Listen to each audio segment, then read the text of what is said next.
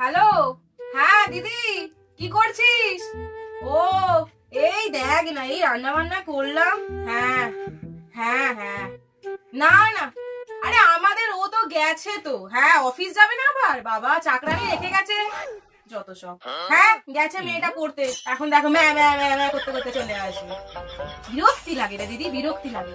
ছোটবেলায় যখন ছোট ছিলাম একটু খিচুড়ি টিচুড়ি খেলাম, এখন বুঝি রে মা কিরকম মূল্যবান ছিল। জান পুরো কয়লা হয়ে গেল। হ্যাঁ তোর কি খবর? হ্যাঁ কবে থেকে বলছি একটু আয় না বাপু, তোর আসার জন্য ইচ্ছা নেই।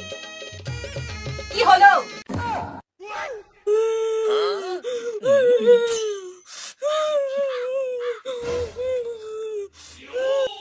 কি দিদি, ডাক্তার একটু শান্তিতে কথা বলার জন্য।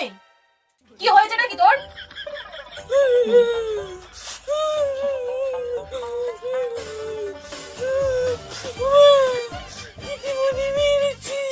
কি হয়েছে?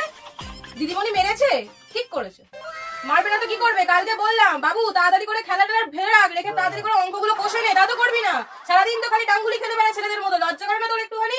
আবার এখন আমাকে বলতে এসেছে দিদিমণি মারবে না তো কি করবে? ঠিক করেছে, ধূপ দিয়ে পুজো করবে তোকে? এত বাঁদর মেয়ে ছেলে হয়ে গেছে।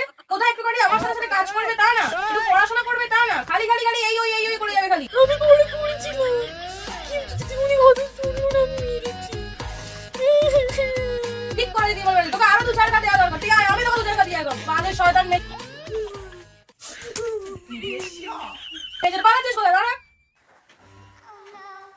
ওমা বেটু পড়ে চলে এসেছো, এসো এসো।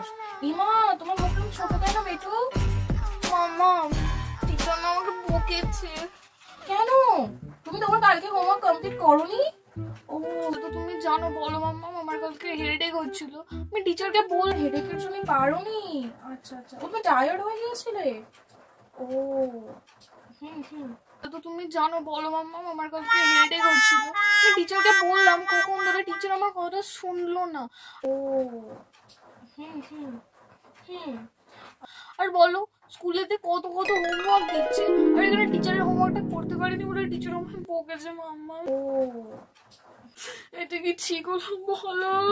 ঠিক আছে, তুমি অত কেঁদো না, আমি তোমার টিচারকে এক্ষুনি ফোন করে কিছু বলছি। বাবা তুমি কেঁদো না প্লিজ, স্মাইল। না বাবু কাঁদতে নেই, শোনো আরাম করে কাঁদতে নেই। যাও যাও। বলছি তুমি সত্যি সত্যি মামা বলবে তো টিচারকে? মামা এক্ষুনি কল করতে হবে মামা, টিচারকে বলো মামা প্লিজ মামা।